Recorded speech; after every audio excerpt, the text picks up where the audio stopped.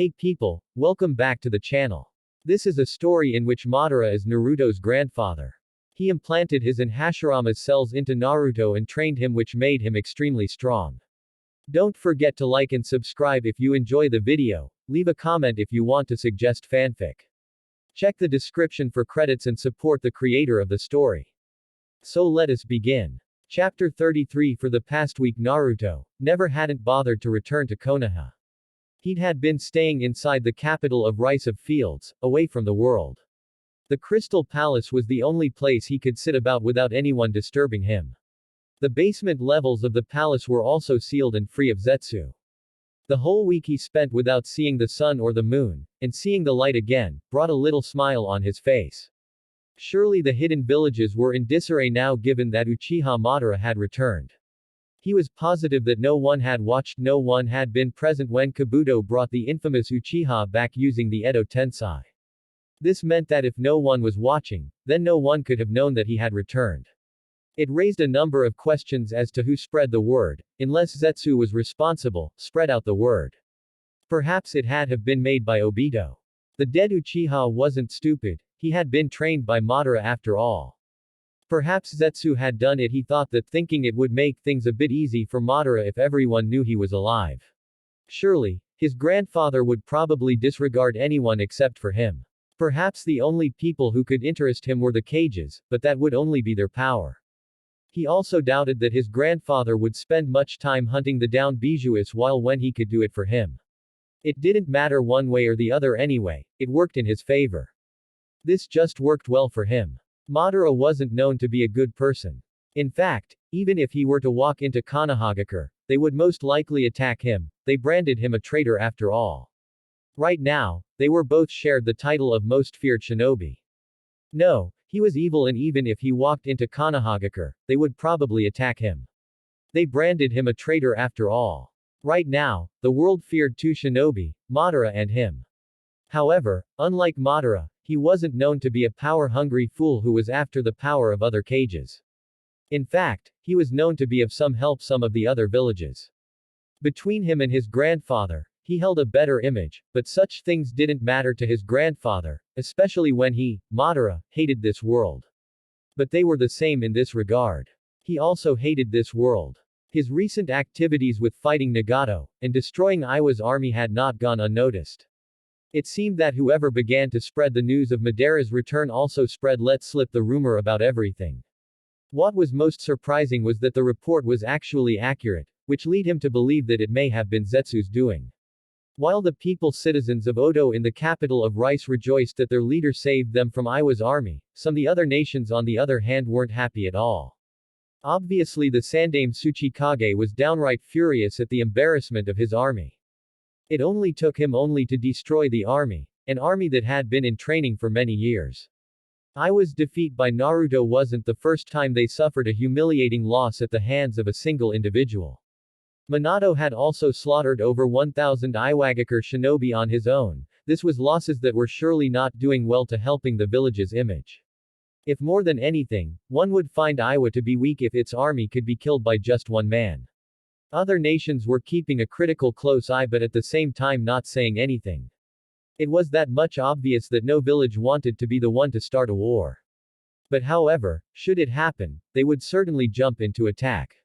And as it appeared, as it stood, if the other nations were to unite, they would do so in order to eliminate the both of them, him, and Madara.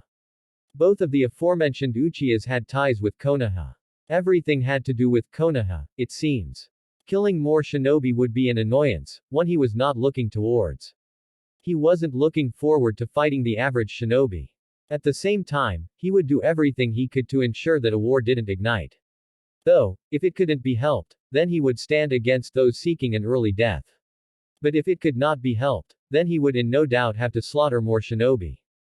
But if war blossomed, then Konoha would be caught in the middle of it and the village was surely not going to escape unscathed. Well, that is if it can manage to hold off the forces of several villages.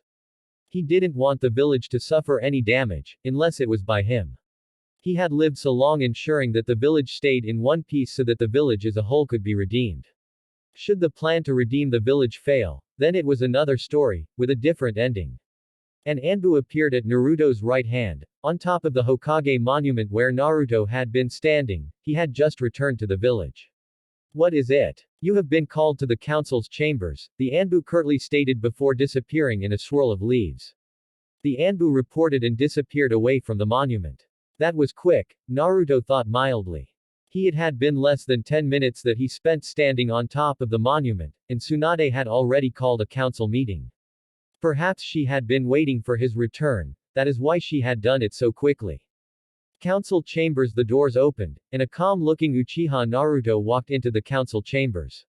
The moment he entered, the atmosphere became tense. He could see it in the eyes of the Hokage, clan heads and Jiraiya that there was something that was bothering them. They wanted to inform him something which it was obvious they thought he would not like. The doors swung open and the atmosphere quickly changed as Naruto calmly strolled into the council's chambers. He could see it in their eyes as they tensed. Everyone from the clan heads to the Hokage, and Jiraiya, there was something bothering them. It was obvious that whatever it was, they were sure he wasn't going to like it. Interesting, Naruto stated of the tense atmosphere in the chamber. It has been long since I walked into this room and I felt it so tense like this. But then again, the situation outside the walls of the village is also tense. It has to be expected, he was speaking to himself more than to anyone really. Interesting, Naruto commented. It's been quite some time since I last walked into a room as tense as like this. Then again, the situation isn't much different outside the walls of the village either. It's to be expected, he stated more to himself than the room at large. Once the blonde had taken a seat, Tsunade spoke, I'm glad you finally decided to show up on time. Whether she was being sarcastic or not, Naruto really didn't care much. What is it then? I just returned, and I find myself being told that I am wanted. Naruto stated looking at everyone inside the room. Tsunade seemed to gather some confidence before speaking. I'll get straight to it then. The council feels, we should distance ourselves from you for the time being. Recent information from an unlikely source, has forced us to consider our standing with you. Along with word that Madara's return, evidence has been brought forth forcing us to question the nature of your relationship with the traitor. Your continued association with the village will only do more harm than good. That is why this council has come to the decision, Uchiha Naruto, from this moment on, until everything settles, you are hereby banished from this village. I will not put the lives of those within the village in the line of danger due to your actions. This is my verdict, you have until sunset to be out of the village limits. I'll get onto it straight, the council feels that it is better to separate ourselves from you for the time being. With the information we received from an unlikely source and the fact that Uchiha Madara has returned, who we received evidence that you have some relations with. Your stay in the village does more harm than good. That is why we have come to a decision to banish you from this village, it is only until everything settles. We do not wish to be drawn to any unnecessary battles because of your actions, this is why we have decided to banish you, you have until tonight to leave. Unbelievable, Naruto thought as silence filled the room, no one dared to speak as all eyes were focused on him, so it came as a complete surprise to everyone when a smile broke the expressionless mask as a low hollow laugh filled the chamber. The unexpected reaction from Naruto, he smiled, and then chuckled, a hollow laugh. That is rather unexpected. I never thought that you actually had the spine to say tell that to my face. I guess I should applaud you, the blonde spoke in a tone that was just blank void of his previous mirth. Tsunade gave him a glare for the jibe. However, it was Jiraiya who spoke. Are you going to leave peacefully, or will we have to use force? The Sannin questioned. If the stern expression the man wore was any indication, the man certainly wasn't in a happy mood.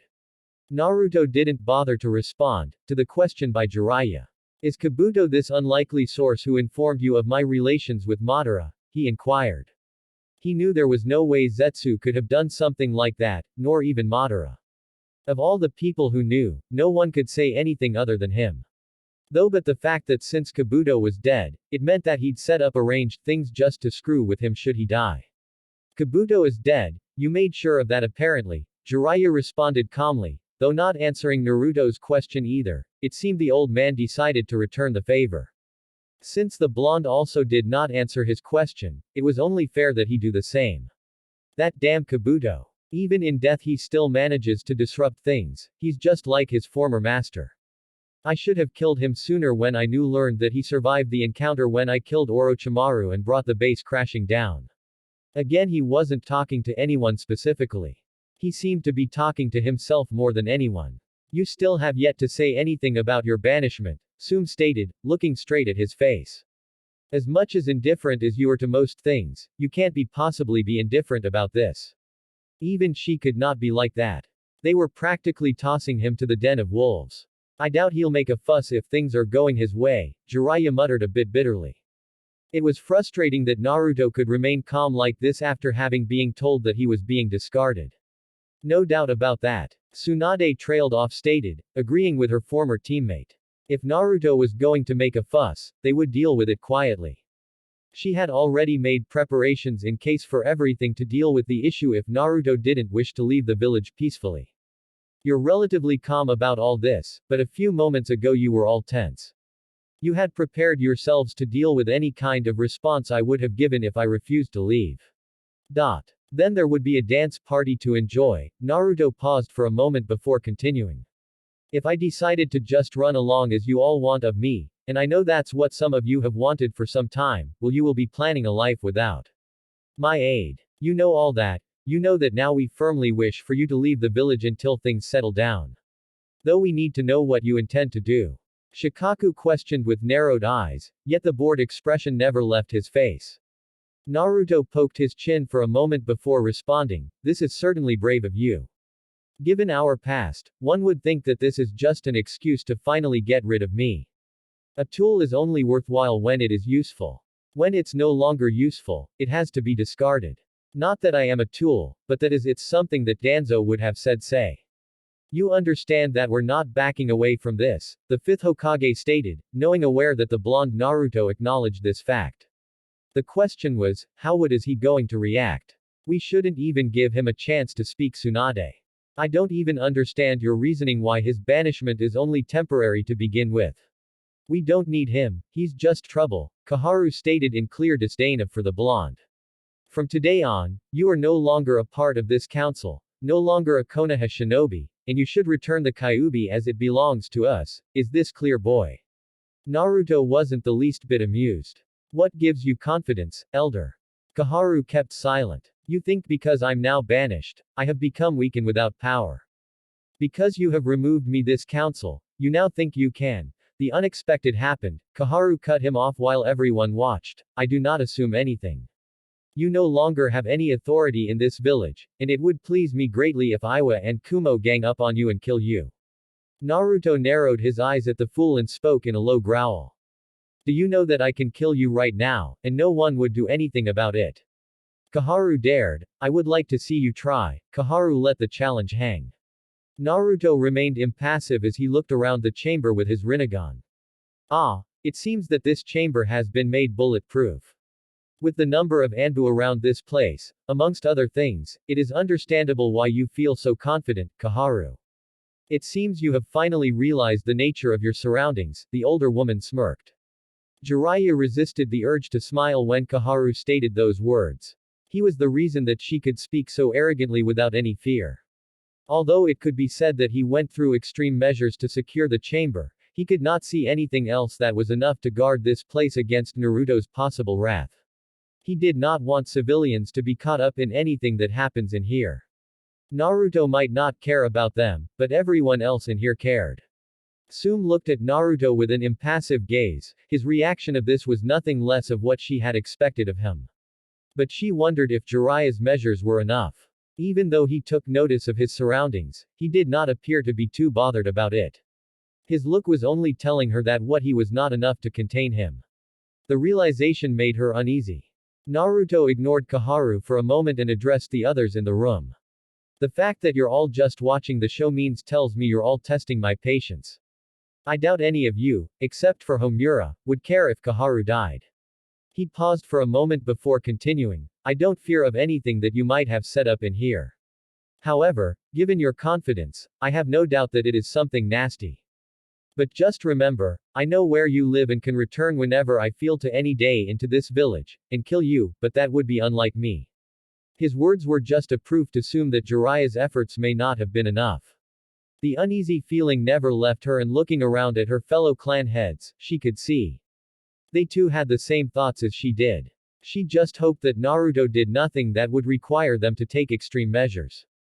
Before Kaharu could say anything, Tsunade silenced her. Enough, came the firm-spoken command. Are you going to leaving peacefully? She questioned, looking straight at Naruto.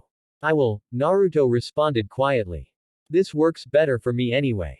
He then paused for a moment. Iwa will be hunting me down because of what I did. It's also possible that Kumo will do the same, but with Iwagakure, the village would probably get to go through Konoha in order to get to me. Another war between the villages would arise, and you don't want to involve your children in a war if it can be helped. Tsunade nodded, still in her commanding tone, she spoke. This is what we should have done from the beginning when we learned that you were behind Oto. I thought that things would be manageable, but they're not. And I don't wish to send any of my shinobi to their deaths because of something someone started. It would be been fair if Konoha had started it. You shouldn't color it like that, Tsunade.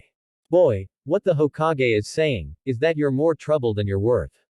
You're useless to us now and we no longer need you. It's a pity that after all you went through in your childhood, we have to throw you away like trash. However, it can't be helped, your arrogance is at fault here, and you still haven't responded to my demand towards about the Kyuubi. Again, Kaharu spoke arrogantly, while her former teammate shook his head.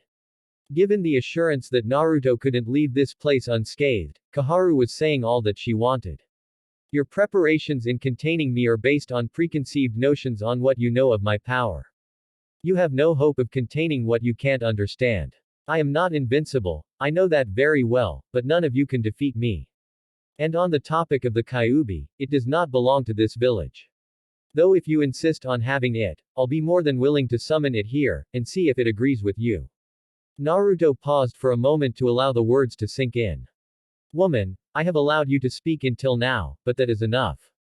Continue, and I will watch you burn, slowly. The tone was calm, yet so deadly that everyone except for Kaharu knew he was being serious. Uchiha Naruto did not make idle threats after all. You wouldn't dare attack a council member like this. That's ground for imprisonment or execution. Not even Danzo would dare do something like that, Kaharu rebuffed. She folded her arms across her chest. All logic dictated that she was correct, but she was forgetting something. Amaterasu, it was that simple word that had Kaharu screaming in agony as the black flames burned her slowly. The poor woman fell off her chair trying to put off the flames to no avail. Naruto. That's enough, the Godime exclaimed, banging the table with her fists. 3 Anbu appeared and surrounded the Godime Hokage, but Naruto remained seated in his chair, not the least concerned by their arrival. Although she took it a bit too far, what you have done is a serious offense. One that will be punished, do you understand? Jiraiya stated in a tone of authority.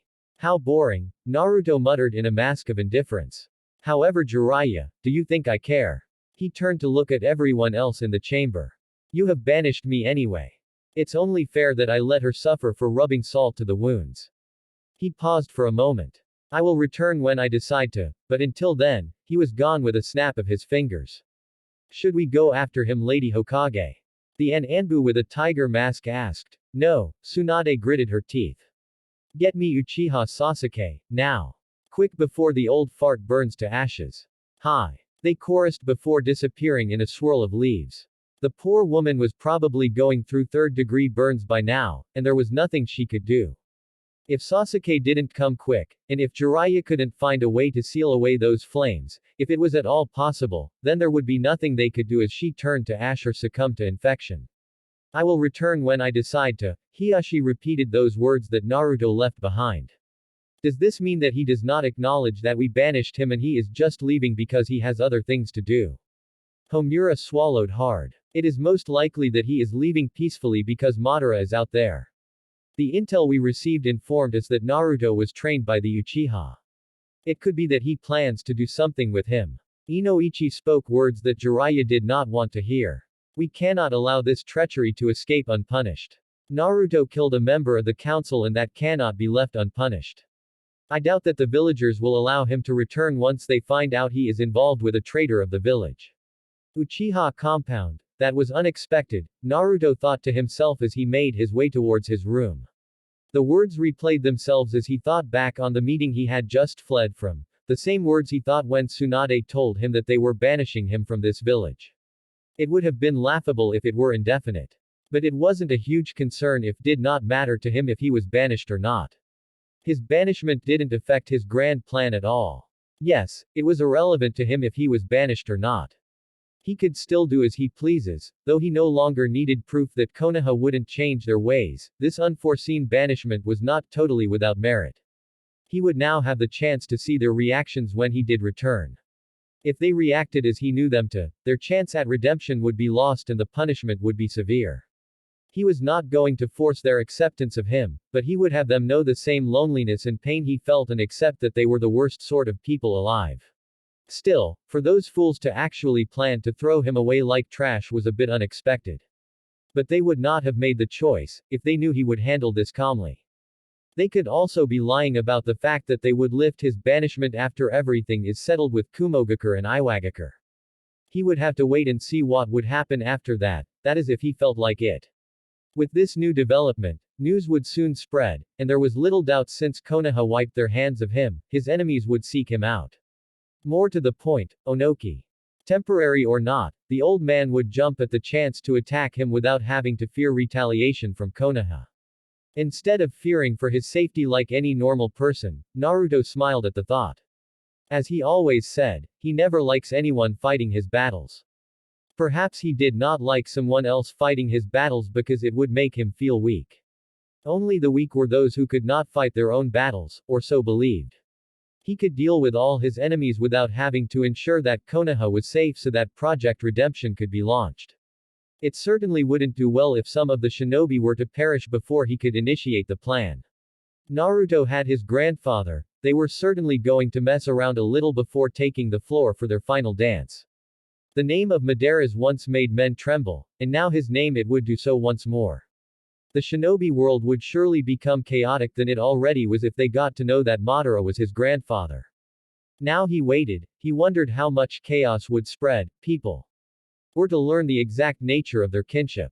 Hunter nins from all over would flock towards him seeking the right to claim his head. Certainly, hunter nins from everywhere would be all over like flies trying to get his head. It was not like they could actually do anything to either of them. With the power of the Bijus under their control, and their own ridiculous power, they could enslave the world without anyone to stop them. The gods themselves would have to come down to the world to free them. Though something like that would be very unlikely to happen. Madara was bent on achieving his dream of enslaving the world under an illusion of peace. It didn't take long for Sasuke to appear before him. The Uchiha stood leaning against the door frame of his room with his hands folded across his chest. Naruto was first to speak. You returned sooner than expected, he stated, settling down on his bed, everything already packed and sealed. Jiraiya handled the problem, he looked indifferent about whatever the problem may be. That was cruel of you. I mean you just set her ablaze with flames you knew no one would be able to extinguish. Sasuke knew too well how painful a burn from Amaterasu was. Those flames were for enemies, he was sure that even a Biju as mighty as the Kyuubi, would roll about the ground screaming in agony. There was no extinguishing them, but Jiraiya had dealt with them by sealing them away. I told her that if she continued speaking, I would watch her burn, Naruto responded with a shrug. Although he didn't stick around watch her burn entirely, he did watch her for a few seconds before he left the chambers. He didn't feel that it was worth his time to watch a worthless old woman burn to death. That is if Jiraiya was willing to see her die.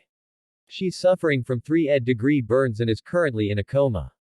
She'll probably die in the next few days. Sasuke just thought he should let the blonde know of his handiwork. He was sure that the blonde wouldn't care either way, but he just thought it was best he let the blonde know that he was mostly likely going to the cause of another death for another of Konoha's council members. Although Danzo was executed, it was Naruto had caused the execution, and if Koharu were to die, which was highly likely he was sure was going to happen. It would be the second death of a council member he has been involved in.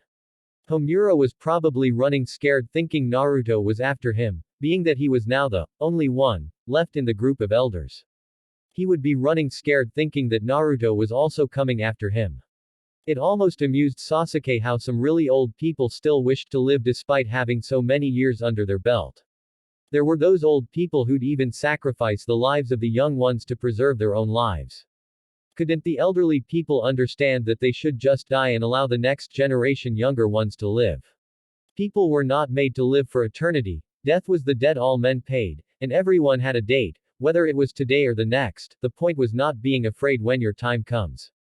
Not everyone is supposed to live forever. Everybody had their expiry date. The issue was not being afraid of that date, even when you did not know how it was going to come. At least I would have given her a beautiful death. If she somehow survives, she would be haunted that by the pain for the rest of her short worthless life. Fitting, don't you think? You have to expect him to be indifferent about the whole matter. He couldn't care less, cared not if she lived or died. It didn't matter. If she dies, her pain was enough, but if she continues to live, it was more pain then. Sasuke nodded in agreement. While he didn't like some of Naruto's views about important matters, he shared the same thoughts as the blonde on something. They were both indifferent towards death. Be they Konoha shinobi or someone else, they didn't care. I'll admit, I am surprised that she's still alive given the burns she suffered.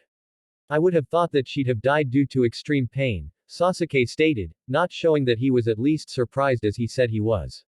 Tsunade was there. She is hailed as the best medic nin in the elemental nations after all, and old people surprisingly have strong wills to survive.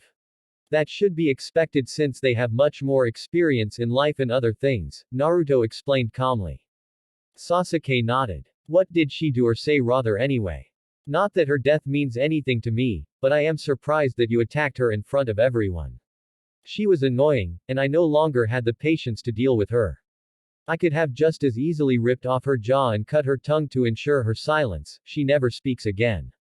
But that would have been too much of an effort.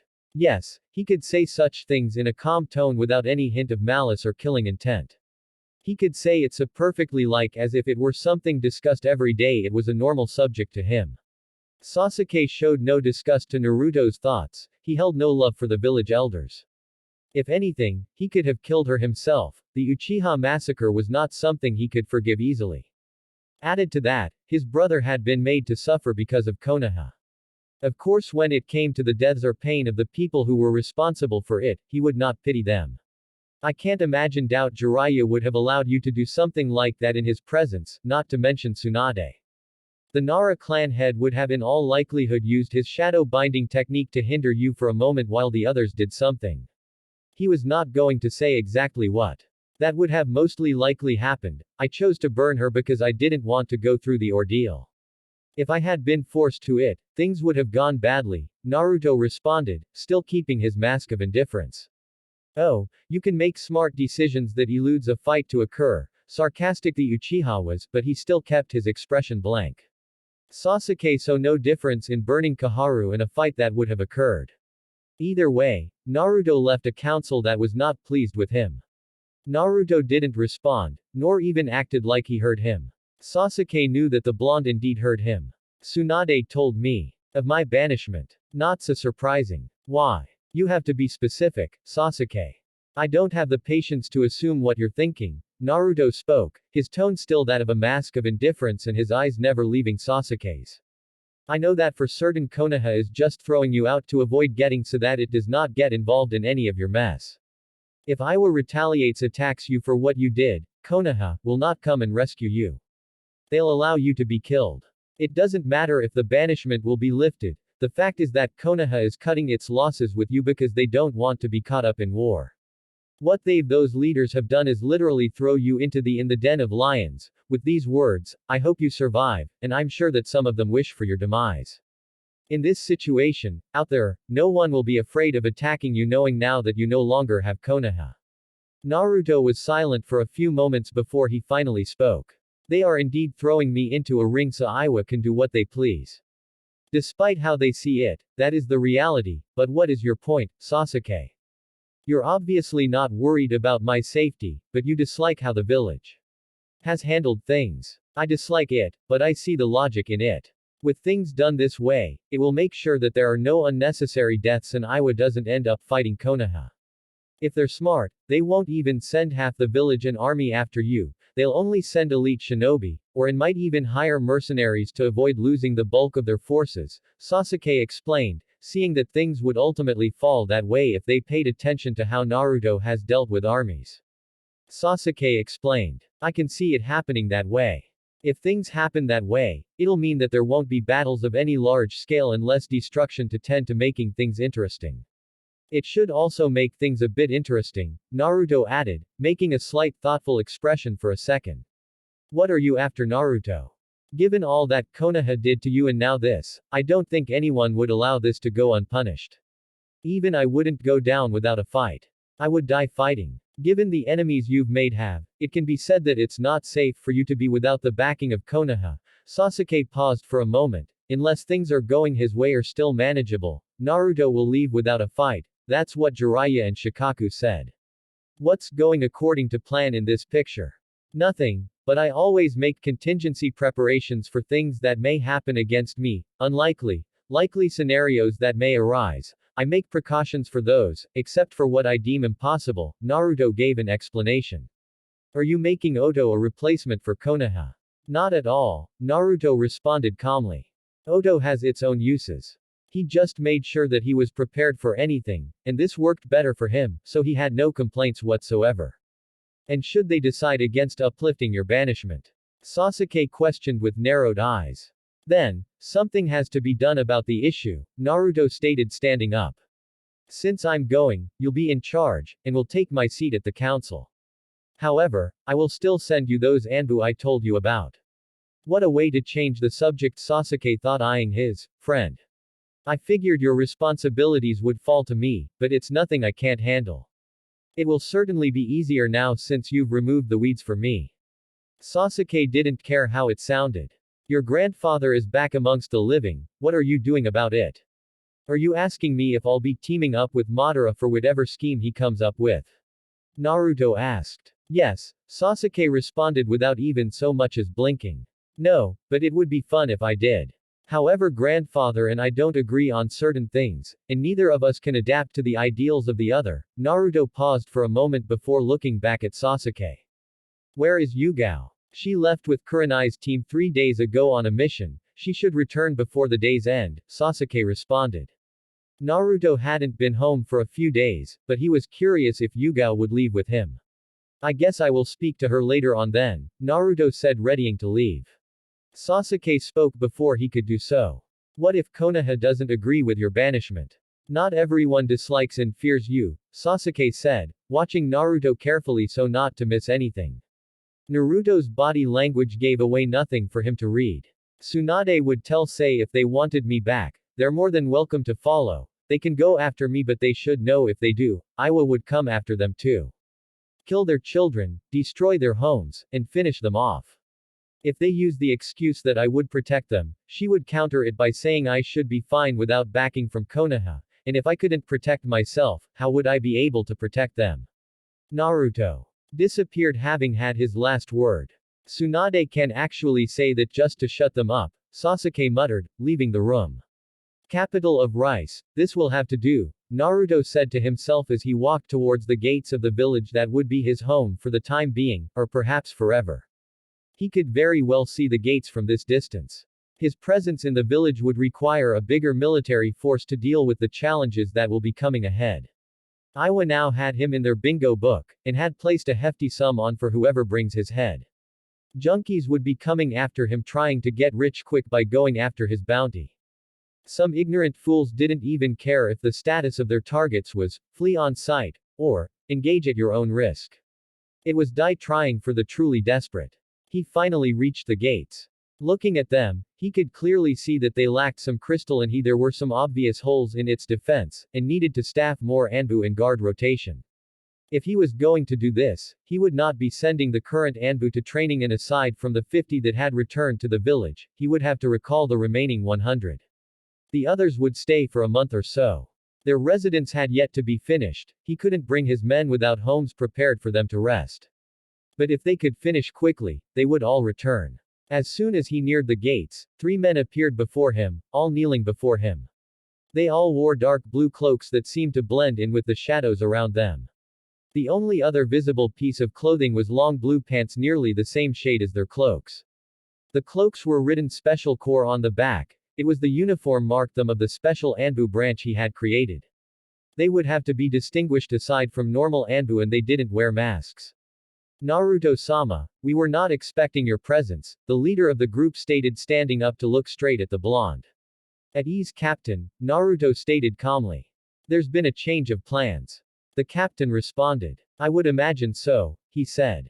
Allow me to lead you to the palace. They were still closer to the gates of the capital. With him leading the blonde, there would be one at the gates to question anything. Naruto followed the man from behind quietly. The other 2 disappeared to follow in the shadows while Naruto walked with the captain. Has everyone settled in well? Yes, we have settled well. Our general is still working with Guren-sama on how we are going to be assigned. There are currently 50 of us who returned, including the commander. 16 teams were formed, but one of us was left without a team. The commander assigned him to be Guren-sama's guard. Naruto nodded before responding. Good. I would hate it if Guren and a general showed incompetence. Even without me, they've started to get things moving. Well, I should expect them to be competent. I did select them as leaders because of their potential. The general takes his job very seriously. No doubt he has yet to sleep since we returned 4 days ago. The other 4 are the same in that regard, like that as well. The captain responded calmly as the 2 walked through the lively streets of the capital. How is the security? Naruto asked as they walked past the gate guards, who naturally bowed slightly at his entrance. Tight. We've been able to tackle every attempt at infiltration. We know of everything that occurs near the village, and the general wanted to speak with the commander of the Anbu to have him assign a few of his men to watch over the borders so he would know whoever enters the country. Not a bad plan, Naruto stated, as some people waved at him while walking towards the palace. He saw a young girl walking about the streets. She seemed really happy, but she was walking barefooted. It was obvious that not everyone had money enough to buy whatever they wanted within the capital. Ever since I returned here, I've seen that girl walking around the streets with that same smile. I know for certain that it is not a mask. She is truly happy, even though her parents are poor, the captain stated, looking at the young girl. You don't like it knowing that there are other people who are poor in the capital, Naruto stated, deducing this from the tone of the man's voice. To most of the citizens, it is not a big deal to be without money. With that building, he stated, pointing at another building that was the tallest within the capital. It was a building that housed the homeless, and controlled social affairs of the citizens. Everyone can afford to smile. Even when you look after this place, you have nothing to complain about because you know that the leaders take care of their people. When you know that even if you die on duty, your family will still be taken care of, you always give your best for your home without care of your own life. Not everyone is equal, and there are winners and losers. Guren knew this. To ensure that those who are losers didn't suffer or aren't made to suffer by the winners, she built that building and created laws binding everyone to a certain way of living. She knew that without laws, the rich would oppress the poor. This would make the poor resent the rich. If it came to that, hatred, jealousy, and greed would be birthed within this place. But when those officials in those buildings teach the rich humility and encourage them to give to the needy, the poor learn to appreciate the rich and smile with them. When this is done regularly, an understanding is born, and people learn to live with each other. Though not everyone is willing to understand, that is where the law comes. There is also no corruption within the capital. Crime is almost non-existent. When you do your job faithfully, you weed out the corrupt and ensure that the nation is safe and the poor are not robbed of the little they have. When the poor are free, they can live happily within these walls with little to be bitter about. When a leader is corrupt, so will his nation. Naruto finished talking and looked at the heavens for a moment. The captain was surprised that someone so young could speak so wisely. Even Naruto's next words didn't make him think any less of the blonde. That is what Guren believes anyway. Her ideals relate to a senju and it seems to be working. She has created an environment that accepts everyone. What do you believe, Your Majesty? Perhaps some other day I will answer your question, Captain. It seems that I have spoken too much and we have reached our destination, Naruto responded. They had neared the Crystal Palace, where he was heading to.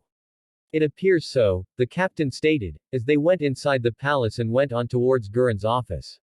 Guren's office. The captain and his men disappeared as Naruto walked inside the office. Guren was alone. Karen was probably somewhere within the capital looking over the projects that are being handled. Naruto, what a lovely surprise. Guren said by way of greeting, standing up to greet the blonde. A surprise indeed. But I do not think it is lovely, Naruto responded taking a seat. He sat down and leaned against the chair, looking comfortable. You must be surprised about my visit. I am, Guren said, nodding to herself. Even more to that, Zetsu had continued with his disappearance. I will be sleeping in the basement, just as I have been in past days, for the next few months, Naruto stated, which Guren merely nodded. Konoha has banished me, the blonde then added, shocking the woman before him. Ungrateful bastards, she hissed. We will not allow this to go unpunished. You cannot let them throw you away like trash because things are tough. It is unacceptable. Naruto merely waved his hand dismissively. It is okay, Guren.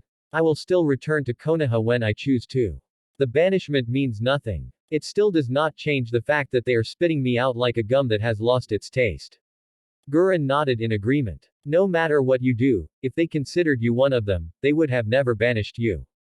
I know for certain that I would stand by my men and never betray their trust, as long as they have not done anything wrong. Those bastards are just scared and in order to save their own skins, they are throwing you out. Naruto was silent for a few moments. Trust. Betrayal. He never looked at it in that way. He was always thinking that it was okay as long as things were manageable. I never trusted them, so they never betrayed my trust. I was a shinobi of Konoha, one of the leaders, and because things weren't looking too bright they have decided to cut their losses with me. If I was useful to them, they would have stayed with me, my presence in the village only makes them nervous. So I am a liability, that's why I was thrown out. He paused for a moment. Now, that is a bit sad. He certainly did not look sad. Guren nodded. What are the terms of your banishment? Never bothered to ask, but should things cool down within the elemental nations, it will be lifted, Naruto responded quietly. You see, because you don't look at things the way other people do, you fail to understand that what Konoha has done, is show you that they will only stick with you if can help them. You fail to see that saying that your banishment will be lifted is just said to make you happy. If your enemies gang up on you, Konoha won't come to rescue you, will they? From what I've gathered, they won't, but I could be wrong, it is not like I need their help anyway. Naruto responded with a nonchalant shrug of his shoulder. That's not the point. If they believed in your power, and the fact that you wished them no harm, they would have stuck with you. If I believe that you wish for this place's safety, I would never abandon you because I know that when danger strikes, you will fight to protect our home. Even if some shinobi died, it would be okay because you were fighting with us for the same cause. If I thought like Konoha, wouldn't I say that you should also leave so that your enemies do not destroy this place? You would, Naruto responded, calmly. But Konoha's actions could be interpreted as that they believe that I can survive on my own. Basically Tsunade has sacrificed me for the lives that would be lost should Iwa and Konoha fight because of my actions. It sounds reasonable for a leader. But it is not of consequence to me and what I hope to achieve. That may be true, but another question would be for how long can you hold out on your own? You know as well as I do that battles are not won by power only. I lived with Orochimaru long enough to know that power without brains doesn't guarantee your survival. That man would become so weak when his host expires, that even I could have killed him quickly, but he could still act and talk like he had all the power, Guren explained knowing full well that one could not always rely on power. Orochimaru didn't even have to do anything to accomplish anything, he would just talk and things would go his way. I know that very well, Naruto stated. But it seems that I have been relying too much on my power without using my head. He also relied too much on Zetsu, and without him, he would struggle. It was good that he had realized that flaw earlier and attempted to fix it. I have noticed, Guren said carefully. Your banishment will shock the world. Those who favor you won't be happy. They'll only see as an act of betrayal, and may abandon Konoha. An example is Kiri, they are tied to Konoha because of you, with you gone, and the alliance may crumble since I'm certain Kiri benefits little from Konoha. It will be so unless I convince them otherwise, or Konoha comes up with something to convince them that they are not only abandoning me because of my enemies. Naruto said, knowing that something believable would have to be said to convince otherwise. Gurren nodded. I suspect they would say you did something unforgivable to be given for forgiveness, and added to your enemies, they might even look good. Naruto took a thoughtful pose for a moment. I did set a council member on fire before I left. It's most likely that she is going to die. I guess we can expect them to take advantage of this if things don't go their way. When everything else is cleared, they can always pardon you or come up with something incriminating about the woman to justify your choice in killing her. Gurren spoke, not the least surprised that he set a council member on fire. We'll see when it happens. Right now the stability of this country is of concern. I will retire to my floor now. The whole underground floor was his premises. He had designed it that way.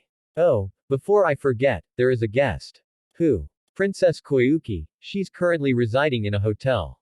She had some troubles since her life was being targeted by someone. I've already sent a team on it to remove the problem.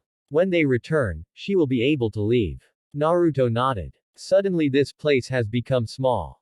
I was thinking of extending it anyway. He was talking to himself than to Gurren. Get me the man who built this place. I want 2 more underground floors added, and 2 more above. I also wanted this place to be extended. I was also thinking of enlarging it. This place does not even have a personal training ground. It would be great if we had one. She was sure that Yukimaru would love to train here. She also needed to relieve some stress at times. Get it done, Naruto stated, leaving the office. After Naruto left, Gurren was left to her thoughts. He did not feel as cold as the other times, she muttered quietly. Later that day Konoha, Tsunade gulped down her sake before enjoying the burning sensation in comfortable silence. She looked at her former teammate sitting across her. They were at a bar within Konoha, just the 2 of them. They did this sort of thing where when the situation called for it. Right now, the situation called for them to share a few drinks, and get the day over with as they wait for tomorrow when the storm finally comes. The news of Naruto's banishment was so far kept a secret, only for today it would stay so long enough for them to do damage control. It was only the council members and Anbu who were new of this situation. The rest of the villagers had yet to be told about it. But tomorrow morning though, they would come to know about the events that have happened today. Everyone within the village would know, and so would the rest of the elemental nations. She knew most of the villagers would just be indifferent towards the whole thing, so long as she gave a good the reason for his banishment was justified, there would be little outcry. Those who feared Naruto most would likely sigh in relief tomorrow when they are told that his presence will no longer be available within the office. Those few who cared, will not be so pleased as those who don't give a damn, but she was prepared for everything. They had spent days discussing the matter before coming up with the decision. There was no turning back. Why the long face? Tsunade questioned, looking straight at Jiraiya, who was displaying a number of emotions. The most one that identifiable being was appearing the most was guilt. I just threw Minato's son at the hands of to his enemies, and told them to do what they please with him, he stated, very much bitterly. That was what he had literally done. Although there was no doubt that Naruto could handle himself, he couldn't help but feel guilty for abandoning him. We talked this through, Jiraiya, Tsunade said. Although it appears as an act of betrayal, we had no choice in the matter. You know that Naruto doesn't care for the villagers, and should they have attacked him within this village, we would have been forced to defend ourselves, and this would result in deaths. Despite agreeing that Konoha would be involved, and I know full well that we would have ended up getting involved in the matter, especially after you report from Kumo. Even if we told everyone that we were remaining neutral, no one would believe us. We would be in the center of all the attention. With him Naruto being a shinobi of this village, there was no way to speak his name without Konoha coming to mind. Now that we were cold towards, we've cut ties with him, his enemies won't harm innocent people looking for him. It would have been a different story if this was because he was the Jinchuriki of the Kyuubi, but what is happening now is his fault. Jiraiya was silent for a few moments. Tsunade's words didn't make him feel any better. It just sounds to me like we're afraid to fight, and to avoid it, we were willing to sell out one of our own. Perhaps it may be that way. But you and I know that there's nothing but pain and hatred in war. If this village was to be involved in war because of Naruto and many were to die, you know those who lost their loved ones will blame, Tsunade responded. Being the less emotional of the two, she held no attachment towards the blonde, and a decision was taken and there was no turning back. I understand that, Jiraiya said before pausing to take a sip of his sake. It would only be too easy for them to turn the blame onto Naruto, for it given their past hatred of him. They blamed him to the deaths of their loved ones, even though it was not his fault. How much more do you think they will hate him should their loved ones die again because of his actions? Just remember, this time they would be right, in a way, it will be his fault. How much will they hate him if they learn that it was his fault? Tsunade questioned, knowing that things would get nasty in the village when the villagers realize that it was Naruto's fault that their loved ones died, again. It will probably be enough to have them turn on them, and kill everyone one of them, Jiraiya said without a single doubt in his mind tone. He knew that if the villagers pushed too far, Naruto would flip, and the fallout wouldn't be pretty. I know that even with this, if Naruto doesn't handle things carefully, we may be forced to go into war. If a war break out, we will only involve ourselves should we be forced into it, but when we have a choice, we won't do it, Tsunade stated, knowing that everything was possible. If Iwa did manage to get Naruto, they may come towards them for revenge. But Shikaku said it was unlikely that a war would break out so soon. He did say that if Naruto were alone, Iwa wouldn't send an army towards for him, but they would send a few strong men after him, Jiraiya stated calmly. That's most likely to happen. We did make this decision after discussing a lot of the facts, Tsunade said. Onoki had seen what Naruto had done to armies. He wasn't foolish to send another platoon of shinobi after the blonde in attempts to kill him. The worst-case scenario would be if Iwa and Kumo teamed up together to destroy Otogakure, like what happened to Uzushiogakure. It's obvious that they can't share it, so the logical conclusion would for neither of them to have it. We would be forced to act if things came to that, but only if they combine their army. I doubt it would ever happen though. Onoki and I don't exactly see eye to eye, Jiraiya responded, feeling a bit light. Tsunade nodded, there's only a little small chance of that happening, and if it does, it would be a miracle. The Godime smiled slightly at her own choice of words. I just hope we made the right choice and this won't come back to bite us. I hope so too, Jiraiya said, shaking his head slightly. We have yet to deal with this Madara issue and what his relations are with Naruto, since we know from Kabuto that they met when Naruto was younger. Madara is even a bigger problem. Kakashi said that after Naruto's battle with Sasuke, he stated that only Hashirama and Madara were shinobi he could fight seriously with. From what we've seen from Naruto, we can conclude that Madara was the strength that is perhaps above Naruto's. I know that my grandfather was strong, I just don't know how, Tsunade responded. A dead man only returns to the world of the living to finish what he did not finish during his lifetime. At least we have a vague idea to the extent of Naruto's abilities, yet we know nothing about Madara.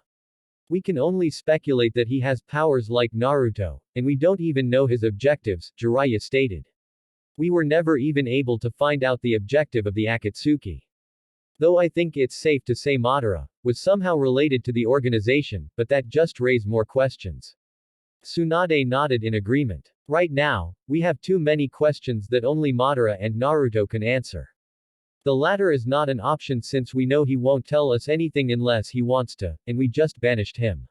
We don't know where Madara is, even though we haven't seen him. I have little doubt that he has returned. I almost wish Sensei was here, Jiraiya said, smiling sadly. He always knew what to do in every situation. He wouldn't have been sitting here like as if he was in our position. Tsunade snorted at the thought of her former sensei. Despite everything, she knew the old man was always thinking ahead. He hadn't been called the professor for nothing. Ikaraku Ramen, hello Ayame. Naruto greeted the older girl as he took a seat. Naruto, Ayame smiled at him. It is so good to see you again. How are you? I'm well, you? I'm good. I haven't seen you come here at this time in a long time, the young woman smiled. The sun had already set retired, giving way for the night stars to reveal themselves to the world. It certainly has been a while long, Naruto responded with his own smile. When he was younger, he came here much often. Before his meeting with Madara, ramen was his livelihood. This was the place he came to eat even when he had no money. This was the place he felt truly happy every time when he sat down and ate. We don't see you often these days anymore, especially given that you disappear a lot from the village now. This week you're here, and the next you are not. I just hear rumors about you. She understood that being a shinobi meant that he was mostly busy with his duty to the village, but with everything she has heard, it seemed that Naruto kept himself busy with his own duties. I always have much work to do, and when I return, I rarely have time to rest, Naruto responded calmly. Ayame nodded. Well, you'll have to take me to Otogakure one day since it's your village. I heard a traveler praising it one day recently after her last visit there. I have to see this adult amusement park I hear people talking about. She paused for a moment before speaking again. What is inside the park anyway? Nothing fancy, there are just 2 man-made waterfalls, man-made, a few hot springs, a cinema, a space for parties, a space for couples, and another for camping, Naruto responded, with little interest in what he was saying. However, I will take you one day. Promise me. Naruto merely gave her a smile. Have you gone to enjoy your day there? No, Naruto responded. Aside from the Crystal Palace, there was no other place he used inside the village. That didn't mean that he hadn't not seen everything the village had to offer. Ayame sighed. I forgot that you have no sense of fun, she said, shaking her head. So, what can I get you? 2 bowls of miso ramen and another of pork please, Naruto said, giving Ayame that small smile. Ayame was immobile for a few seconds. Something had to be wrong. Ever since Naruto changed, he'd not ordered more than 1 bowl of ramen at once. Now he had ordered 3, moreover, this was the longest time she had ever seen Naruto smiling. His smiles never lasted for more than 3 seconds. Something was wrong here. It almost felt like he was saying goodbye to her. Though that was just ridiculous, right? Naruto would never leave her, right? Uchiha compound. Hello Yugao, Naruto greeted as he walked inside his former room. The purple-haired woman was lying on the bed looking peaceful as always.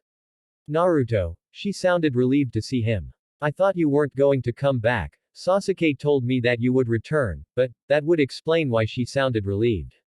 Why would I decide against returning? Naruto asked. He made his way towards the bed, then he settled down, looking at Yugao. I don't know, I never can figure out some of the stuff that goes on inside your head, Yugao responded with a slight shrug of her shoulders. It was just not that important, hence the shrug of her shoulders. If you want to know what goes on inside my head, you could just ask and I could show you, Naruto stated as if he could actually do that for her. Really? No, Naruto responded quickly. Yugao wasn't surprised. You're awfully calmer than I'd expected given the fact that I've just been banished, Naruto then said, changing the subject quickly.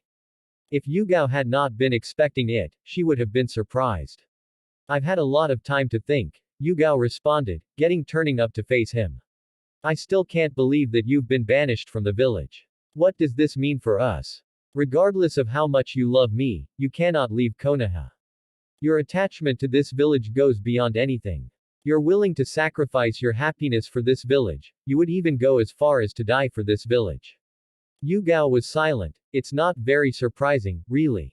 Shinobi who've ever been Anbu value the village above all else. That doesn't mean that they can't make decisions for themselves.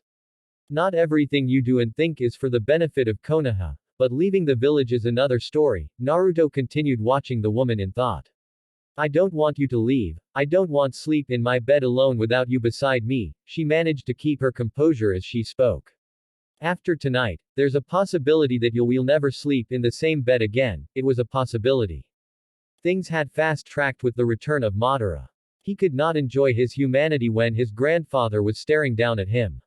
So you are leaving me. It appears so, but know that you will always be in my heart, Yugao. If things are handled quickly, you may end up living with me at my village, Naruto offered a smile as he spoke. Yugao pulled Naruto towards her and lay on her back. Will you stay with me for the night? She pulled him in for a kiss. She had missed the touch of his lips, feeling the warmth his warm breath gave to her skin. The thought of him leaving caused a wave of emotions to hit her, some she couldn't even explain. She wanted to feel the warmth of his body. She wanted him if only for one last time. Sure, Naruto responded with a small smile as he settled on top of Yugao. Chapter 34 Naruto found himself being dragged into another world. Time didn't seem to matter around here, and the world just seemed empty of anything, except for who knew had dragged him here. What do you want, Hagoromo? Naruto questioned, folding his hands across his chest, looking straight at the legendary sage of six paths. You're not even surprised about my presence. Well, last time we met it was in your set conditions. Hagoromo stated calmly, as he floated in front of Naruto. With what he's seen of the blonde, he really shouldn't be surprised about this.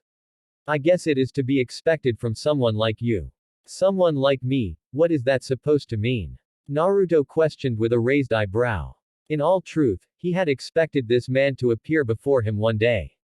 The last time he saw the man, he was the one who appeared before him. Given everything, he had to appear before him. You know very well what I am talking about. You're even more power-hungry than Madara. You have no desire for peace. The very thought of achieving peace is even laughable to you. Despicable. I know for certain that the only strong emotion you hold is your love towards your mother, and that other girl. But that is also fading, little by little. Isn't that you wish destroy all your emotions? Have you been reading from the same script as I, Hagoromo? Have you searched deep into my heart and seen that I don't love as you claim? Can you really say that I don't care for Yugao, Karen and even Mei? Naruto threw a fit of questions to the sage in front of him, but he already knew the answers to his questions. Yes, you can love and feel all these other emotions that makes you human. However, that isn't who you really are, no. The current can feel because you have allowed it to happen, you've allowed yourself to feel while you seek to create the real you. There is that sickening darkness that lies deep inside your heart. Hagoromo paused for a moment. But we both know that all those names you mentioned can be discarded if it suits your end. Where do you get this that you speak of, Hagoromo? I see that you're still amused by this, the sage shook his head. You started exactly like the Shinju, watching while humans kill each other without care, only interfering when it suits you. Despicable. Sometimes I really wonder how you can love with what is deep inside your heart. You're trapped in a prison of your own making. You have yet to realize it, but you will soon, and when you do, you will discard everything. Madara said something like that, Naruto responded, looking thoughtful. You're wrong though, I certainly do care for those I say I care for. But you are indeed right, I've been playing this game far too long, it has gotten to me. I had to play the Uzumaki role and the Uchiha role, while at the same time I played the other. You've to agree with me that it puts a certain strain towards the mind. You're still wrong though. You mistake my desire for power and hatred towards this world as darkness. You don't want to believe that the power I seek will be used for good. History doesn't favor me, but your assumptions are based what you perceive of me. The problem with that is you don't understand me fully and you'll never do. Don't you see that the current me is enough for this world? If I'd not done what I did, I would have destroyed Konoha and everything that stood in my way. This state and this mind have made me fall in love and somewhat made me a good person, shouldn't you be pleased with that? Pleased. Look at what you've done to this world. The hatred inside of me for this world burns deeper than Madara's. Uchiha Naruto cares for nothing, and without the heart of Uzumaki Naruto, I would have burned this world. I despise it and it disgusts me. Because of the system of this world, my mother died without even raising me, I was frowned upon, never enjoying life. This world has turned my loving grandfather into a cold-hearted monster that will do anything to achieve his dream. Naruto stated, holding out both his hands. Say what you wish about me, but this hatred of this despicable world is what you mistake as darkness. Hagoromo shook his head. It is indeed true that I don't fully understand you, but nothing good will come out of that hatred and power you seek to gain. Look at the state of this world. A war will surely break out soon. I don't want war, Hagoromo. When I get the power I want, this state of the world won't matter. Yes, you don't. However, that is only because it doesn't suit what you've planned. I just hope Madara realizes it soon enough before you collect those two parts that will make you the being you so desire. If things stepped out of the way, he would have to break a few rules for the future of this world. He didn't wish for Naruto to become like his mother. She too desired godlike powers, and look at what happened to her. You misunderstand me, Hagoromo. I'm not evil as you claim, I have a heart, and I can feel any emotions. I used to cry when I was younger, I cried when I realized that I'd killed Madara. I'm alive enough to fall in love, or are you just gonna say that this is all just an act? It certainly isn't an act. You are being honest with yourself, everything you feel is genuine, but power corrupts. The kind of power you wish to obtain will corrupt you. I've seen it happen once and it will happen again with you. This is something that I cannot allow to happen. I see that you're incapable of understanding me. Tell me, Hagoromo, what do you want from me? What you are planning to do isn't right. Look at things carefully and analyze them well.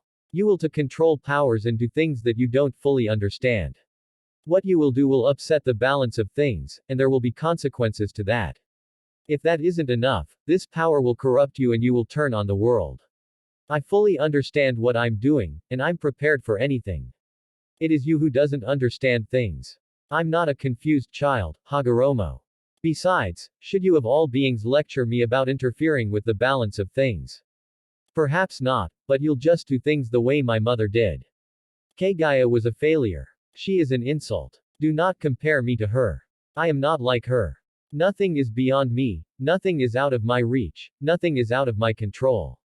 I'm your successor after all. I have no care for the balance that is created by other beings, I will create my own balance. Now, go away Hagoromo, and mind your own business. You shouldn't interfere with this time, you have already lived your life. I am a sage, it is my duty to ensure that this world does not fall under the tyranny of a single being. Your view of the world isn't right. My mother's view of things wasn't right. That is why we were forced to seal her away. Do you wish to follow the same path? You're the catalyst of this current world, Hagoromo. Nobody was there to stop you from teaching this world ninju, no one was there to stop you when you chose to seal the jubi inside of you. It was your fault for splitting it into 9 parts. Because of you, the bijuis have been the center of everything. When fools look for power, a biju comes to mind. Every village wants to own a biju for their power. Had you been fair, you would have allowed the shinju to take back what truly belonged to it. But you judged that it was evil and sealed it away. You were not fair. If the shinju had taken back its chakra, there would certainly have been less bloodshed to the generation that followed. If it had taken back its chakra, the Shinju would have left humanity to continue doing what it pleases. Are you saying that without chakra humanity wouldn't fight? Naruto shook his head. No, humans are despicable. They are even viler than demons. Even without chakra, a man will find a way to make a weapon to fight. As long as there is jealousy, a winner, and a loser, humans will continue to kill each other, unless there is an intervention. Bandits commit evil without chakra, and they are even more twisted than your average criminal of a shinobi. Your mother ate the fruit of the Shinju to end endless wars. That just shows you that even before chakra, humans were feeding the earth with their blood.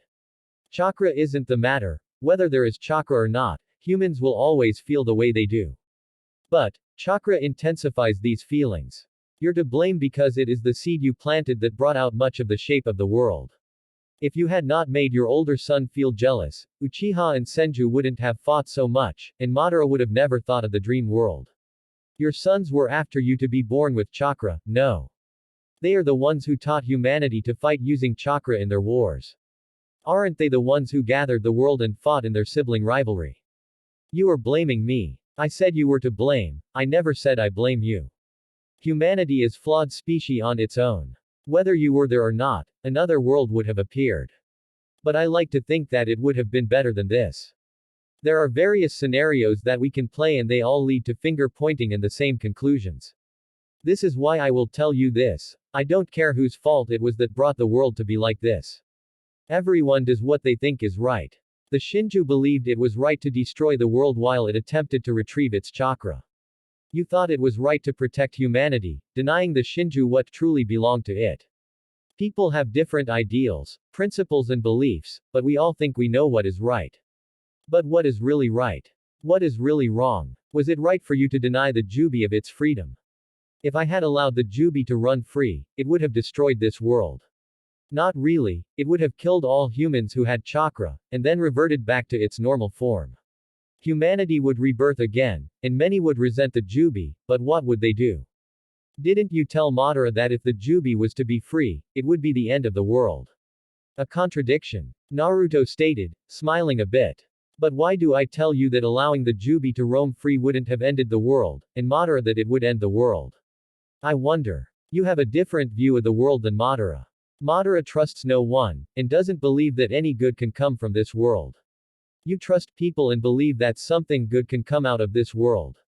If I tell Madara that if the Jubi breaks free, it will destroy this world, he will work towards containing to ensure that it will never be free so that his dream can come true.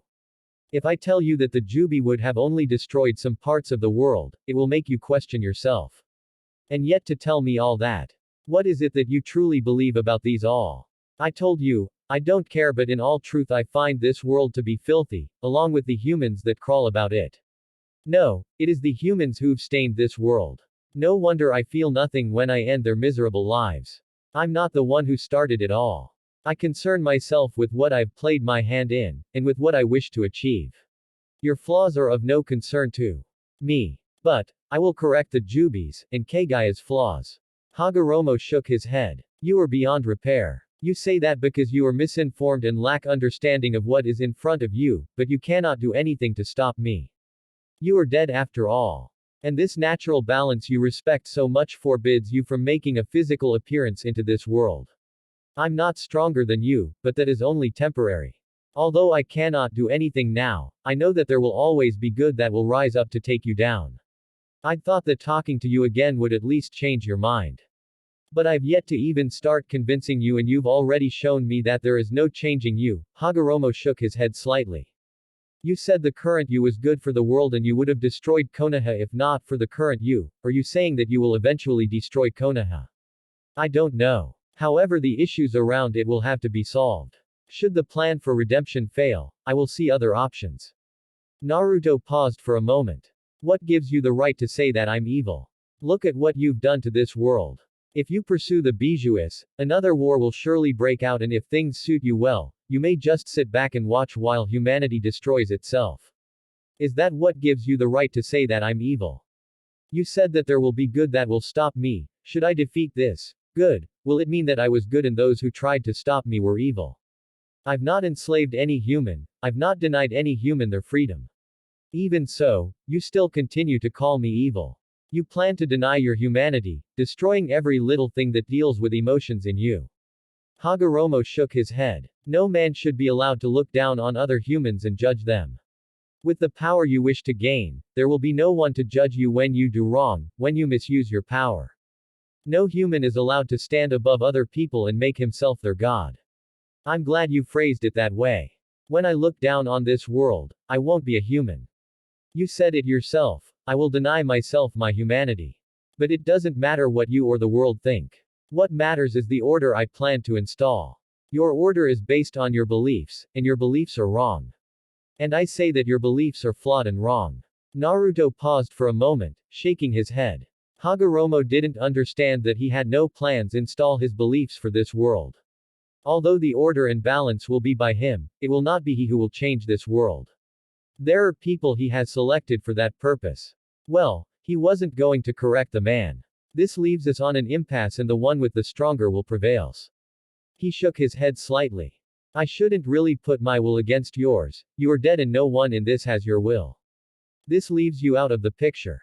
But you are certainly fun to converse with. Is this what it is all to you, fun? Yes, Naruto responded without even skipping a heartbeat. You have no interest to give me a chance or even understand me, and I don't listen to you. I've nothing to gain or learn from you, and other than fun, there is nothing that this conversation benefits me. Iwagakure, are you positive about this? Onoki questioned, looking straight into the eyes of his informant. He was just being told that Uchiha Naruto was no longer inside of Konoha, but he was at Otogakure. Of course, it came as a surprise to him that he would leave Konoha. Hi, Tsuchikage-sama, the informant responded quietly. Although the top officials within the village have neither denied nor confirmed it, there is also a rumor that Konoha threw him out, instead of him deserting the village. That is a surprise, Onoki stated, looking thoughtful for a moment. I thought that given all that is happening around, they would think of holding on to him tightly. As a military weapon, he is valuable. Indeed he is, another man stated, walking into the office. For someone who fears no army, he is quite a valuable asset that I would treasure. But he is our enemy. You are excused, Jin, Onoki stated, dismissing his informant so he could speak with the man who had just entered his office. Jin left without any words said further. What do you think of this? If it is true that Konoha deserted him, then it works better for us. However, it could be that Konoha doesn't want to be involved with our fight against him. It isn't a surprise to me that they could do that to one of their own. Given the village's history, it isn't much of a surprise. The man paused for a moment. A fool would think that Konoha has just given him her Naruto to kill, but it isn't as it seems. What do you mean by that, Toru? Naruto has proved to be powerful than what you had first calculated. Given everything that we received from the survivor of the assault army we sent towards Oto, he is capable of doing things we thought impossible, and dealing with him will not need an army. Konoha knows that he isn't someone who can be taken down easily. I've also received word of an army that is marching towards the Imperial Kingdom, as they now call the Sound Country. My sources tell me that they are part of Oto's army, and be sure that they're not your average shinobi. If they are truly an army of Imperial Kingdom, we can expect much from them. I've no doubt that Naruto would surround himself with competent shinobi. Given his status and how powerful he is bound to be protected by strong shinobi. This only makes it much difficult to bring him to justice. Onoki nodded quietly. So, Konoha is confident that Naruto can protect himself and his village. Although it appears to look good for Naruto's enemies, it isn't like that. Naruto cannot be taken down easily, and they know this. This works well for Konoha because whatever happens with Naruto, they won't be involved anymore. While our numbers thin as we attempt to deal with Naruto, Konoha will be watching, preserving its own military power. Moreover, who is to say that they won't attack us while our army takes a hit from Naruto? Toru was certainly not underestimating Naruto. He knew for certain that if they were to engage Naruto again, they would lose more of their men, and what was stopping the blonde from coming to their village to drop one of those meteorites on them? The fact that Naruto is dangerous only intensified Toru's desire to work towards removing his existence from this world. No one should be as powerful as Naruto is, and if left alone, Otogakure would only become much stronger than it is already. When people confirm that with Naruto they are safe, they will flock into his village, increasing its power. Crime was dealt with without pity at the village, so he heard, that was surely attracting the weak people. If left alone, Otogakure would certainly compare to the great villages in the next years. Onoki was thoughtful for a few seconds. The current Konoha cannot do something like that, he stated confidently. Perhaps if Danzo had been alive, then we could expect such a thing. But that woman cannot take such a measure unless we're the ones to draw first blood. With how she dealt with Sunagakure after its betrayal, I know she would rather settle things calmly than over the battlefield, because she knows that in war, each side loses, even the winner. There is pain and suffering in each side. I know that, Toru said with a nod. I believe that this puts things to our advantage. However, I suggest that we do not attack Naruto, for now at least. Surprisingly, Onoki nodded. Despite the embarrassment our army faced before him, we will have to swallow our pride and act wisely from now on. I know that sending another platoon will only result in more embarrassment, and it won't end well for the image of the village. Toru nodded. In those old days, you would have certainly forced more men to assault Otogakure again. I've learned my lessons, Onoki stated, a bit bitterly. From now on, unless Naruto makes a move towards us, we won't engage him. We have to gather allies and learn everything about him. My contacts are busy with that. When were you planning to tell me that the 5 tails was taken by the Akatsuki? Have you even located the 4 tails Jinchuriki? Onoki shook his head. That fool keeps evading my men. However, I will increase the search. I've a bad feeling about this. I also have the same feeling. This is why I'll do what I can to get our remaining Jinchuriki back to our village. I'll send a message to the Raikage to find out what he thinks about these all. It does appear that he'll be our ally. Sunagakure and Kurigakure are both allied with Konoha, and I don't believe neither of them are prepared for war. If war breaks out, they might likely stay neutral unless the situation forces them to enter the battlefield. Then what about this issue of Madara? You've faced him before. Anaki's look became a bit bitter at the thought of Uchiha Madara. He is very strong. He isn't someone to take lightly. His strength was comparable to the late Shodai Hokage back then. You cannot forget that no other person could rival the Shodai Hokage. This is indeed troubling. I've heard that he and Naruto are very comparable. Can we also presume that their strength is also comparable? Yes, doing anything less would be a foolish stance. If you look at both of them, you cannot separate them, you have to put them in the same boat. However, dealing with both of them at the same time will be difficult for any army, but not impossible. Do you think they are working with each other? Just after Madara returns, Naruto leaves Konoha. We cannot rule that out. Konoha Tsunade sighed. Leaning back against her chair, she stared at her former teammate. By his posture, she could tell that he was being miserable. No doubt he'd spent the whole of yesterday stoned after Naruto left the village because of their decision. She liked to believe that she had done the right thing, for both Konoha and Naruto. It may seem like she was deserting Naruto because things were becoming tough, but she understood things well enough. She knew that Naruto could take care of himself, he'd even said that he didn't want anyone's help. He seemed to dislike the thought of someone fighting his battles. She was giving him the chance to fight for himself, alone. Perhaps he may learn that he couldn't do anything by himself. No one in this world can do everything by herself. Even the great manipulators or those who have caused the greatest changes in the world were never alone. Orochimaru was sick in everything, yet he never did anything alone, not by himself. He knew that two hands couldn't do everything. But Naruto didn't seem to realize that, yet. It was just a matter of time. She hoped that he would learn something.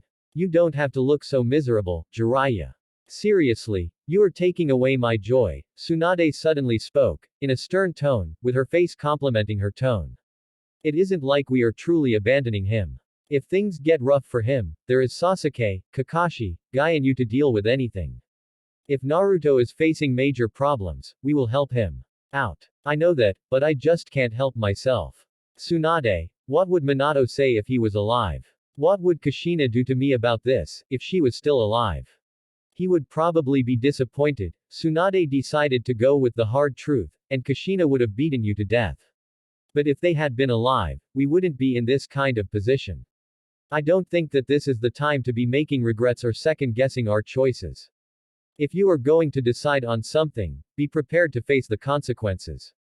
We made our choice, Jiraiya, for the good of this village and for Naruto himself.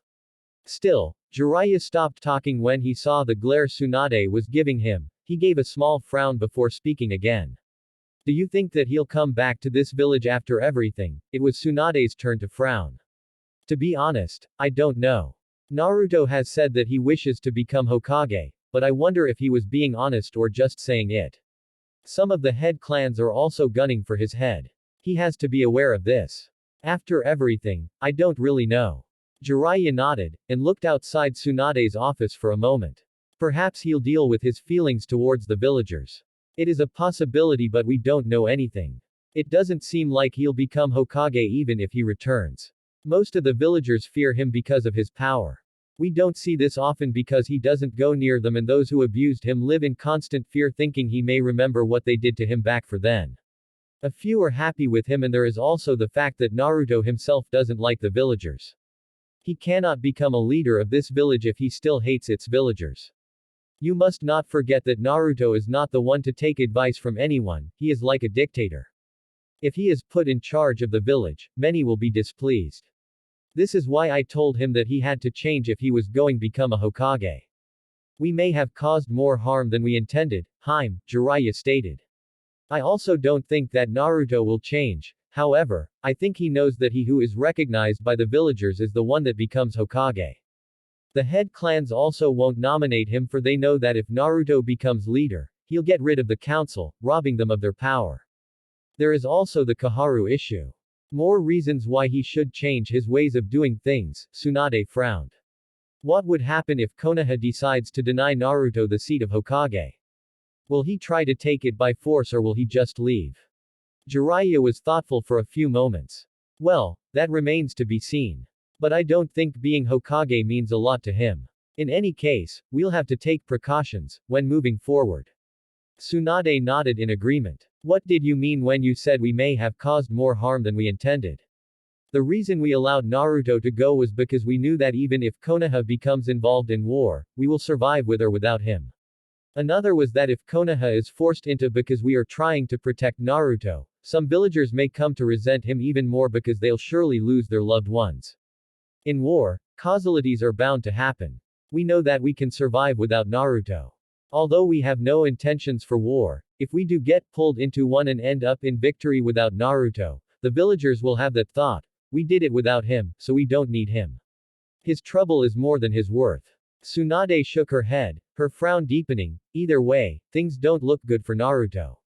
Even if we don't get pulled into war, we will still get through without him. Despite his power, when Naruto is in the village, there are a lot of tensions around. When we get through, they will think they are better off without him as his presence only makes them nervous. They've not forgotten what they did to him, that makes them live in fear with him around. This is why I was saying that we may have made things worse. Jiraiya paused for a few moments before continuing. Well, at least he has his own country, and I hope that things don't get bad between us and him. He looked as though he was willing to help us in his own way. It'd be a shame if we end up being his enemy. Let us just hope that it doesn't come to that. I hope so too. But we should be prepared for anything. We cannot have a belief that there is something beyond us to deal with. Even if it is Naruto being our enemy, we will have to settle things. Tsunade nodded. I'll call a cage meeting for next week. We have to see if the matters cannot be resolved. We ought not to forget that there is also Uchiha Madara. Although he hasn't done anything yet, we have to be prepared to deal with him. That sounds like a good idea. If you get all the cages, we can work on some things as we move forward. Given the current situation within the elemental nations, they will surely come, Jiraiya said, referring to the other cages. Do you think one may suggest we unite our armies to rid of both Naruto and Madara? It is likely to be suggested. We mustn't forget that both have ties with Konoha. This is indeed troublesome. No doubt we may be blamed for everything they do. We may most likely be forced to clean up their messes should they do anything disastrous. I just hope they are not planning anything of that margin, Tsunade said before heaving a sigh. The capital, you've been awfully busy today, Gurren stated, looking at Naruto at the corner of her eyes. They were at the rooftop of the Crystal Palace, where Naruto had been settling down, looking above to the sky. Aside from destroying the wall surrounding the capital and building a new one, he'd also built more than 400 houses using his Mokudan. The houses were built within the space he'd created after enlarging the capital. His way of building reduced the funds she would have used building the houses using labor. The only expenses she would have to pay were the ones for furnishing the houses he'd built. The capital had been expanded well by the houses he built and with the new position of the wall. If he added more houses, it would only continue to enlarge the capital further. Given the benefits of being a citizen of the capital of the Imperial Kingdom, she was sure that by the end of the year she would be building more houses. Though she used to detest weak people, she has learned to live with them and appreciate them. She now knew that everyone wasn't equal, and there was never going to be a day that everyone would be equal. However, it was up to her to ensure that everyone was safe and everyone understood their situation. There were laws that people had to abide by. This ensured that the weak didn't become abused by the strong. Oh, there was also a large rock far above the capital. She had done well to ensure that her people didn't panic when it appeared. From down here, it didn't seem to be too big, but when you were up there, you could see that it was somewhat huge. The thing was the size of 2 football fields. Underneath it looked round, but when on top of it was just straight ground. Naruto said he would use the place to build his palace. I've to prepare things for you, Conan and others.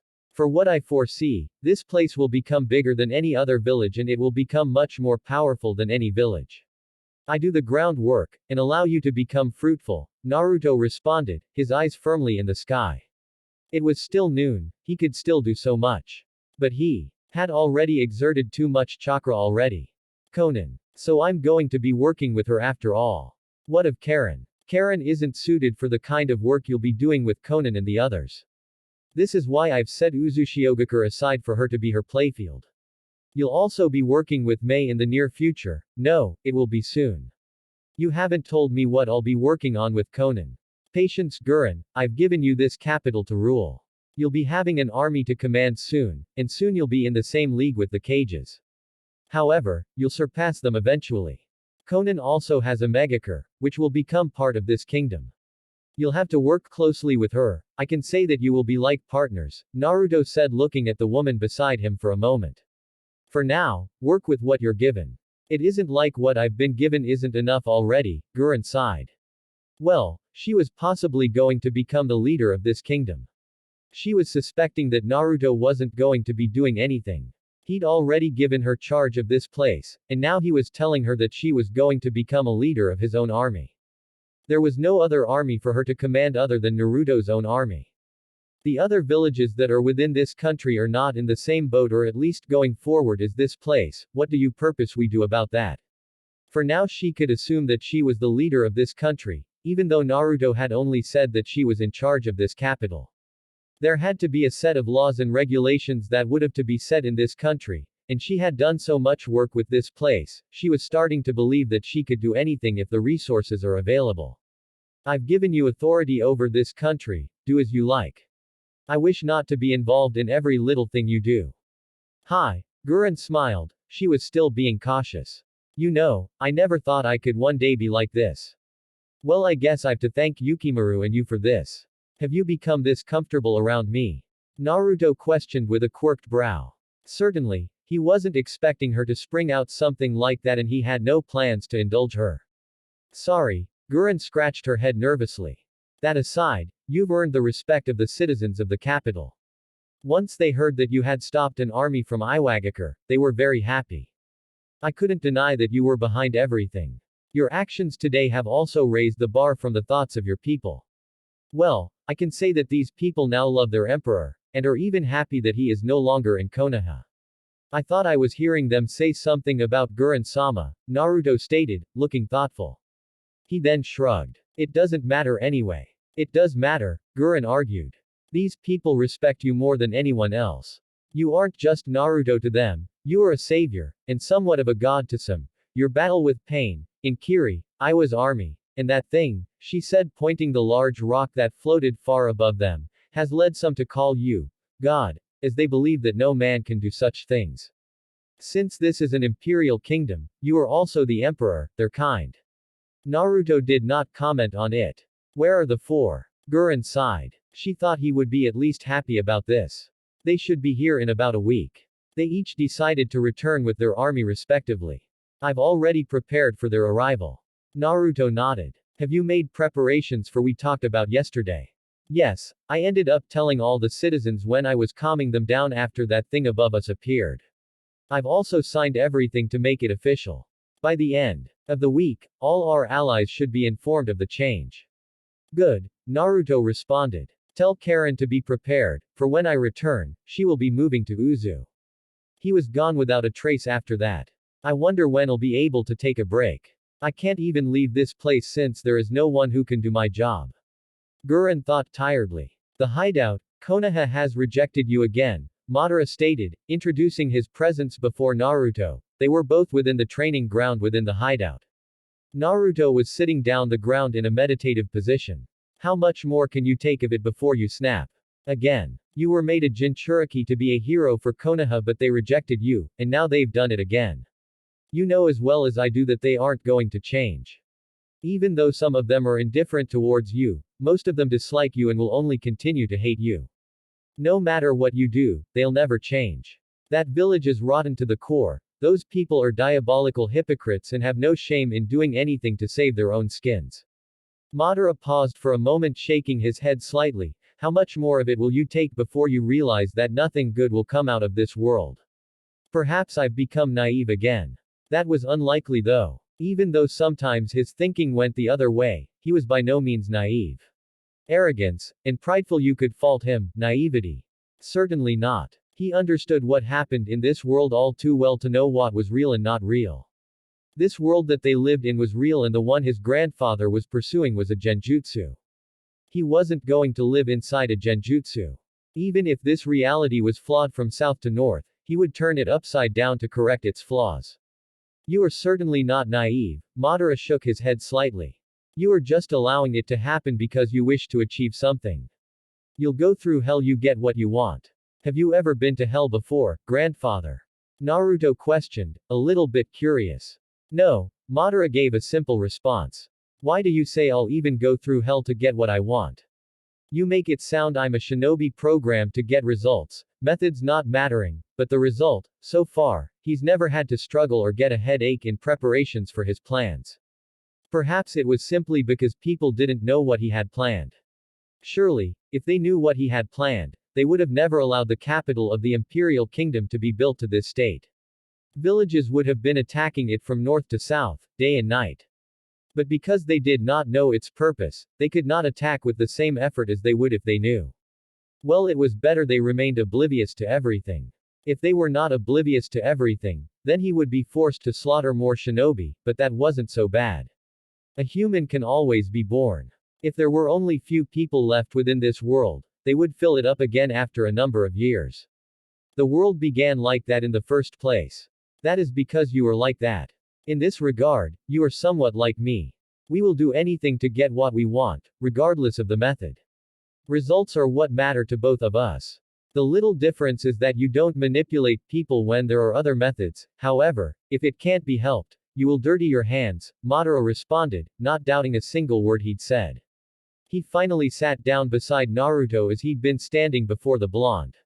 Only grandfather knows me best, Naruto spoke. However, despite saying it more than twice, his grandfather didn't understand him entirely.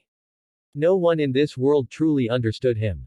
Why did you really allow Konoha to cast you out like that, Naruto? The act was unacceptable. He no doubt if Naruto didn't have something in mind, he would have not left the village. He would have either destroyed the village or forced the leaders to scrap their banishment plans. I was thinking it didn't matter, and I didn't really look at it much in my point of view. But it doesn't matter. The banishment doesn't make me think twice about stepping foot in Konoha. I can return any time I choose. However, for the next stage, I must be out of Konoha to get everything done smoothly, Naruto explained lightly. Madara shook his head. Sometimes I don't really know what goes inside your head, he admitted. But it was fine, it made things fun. Then, when do you plan on hunting down the remaining bijoux? Soon. Very soon. I have to do something important first before I can think of doing anything else. Naruto responded calmly. He wouldn't take much time though. He would hunt down the remaining bijoux quickly, without much fuss. Since he already knew where they were located, he wouldn't have many problems. Good. I was beginning to think that you were going to make me wait, Madara stated quietly.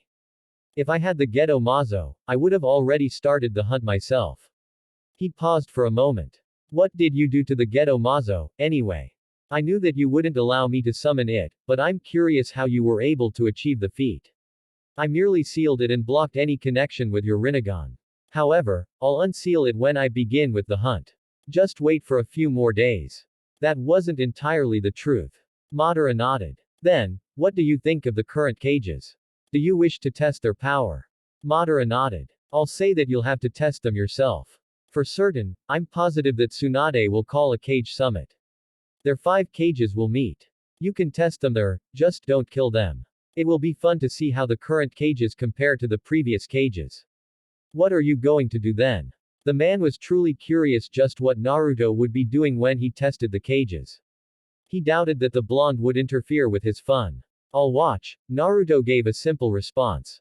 Aren't you soon to be married to one of the cages? You will simply watch while your fiancé struggle against me. Well, it wouldn't be a surprise if he did that. He wasn't expecting the blonde to interfere after all. It seems so, Naruto responded calmly. But I did tell you not to kill any of them, and the experience will be good for her in the foreseeable future. Madara was silent for a few moments before speaking. I see. She is part of whatever plan you have. There was no doubt about that. Apparently, and Naruto didn't deny it. The end shall be fun, don't you think? Madara stated, smiling a bit.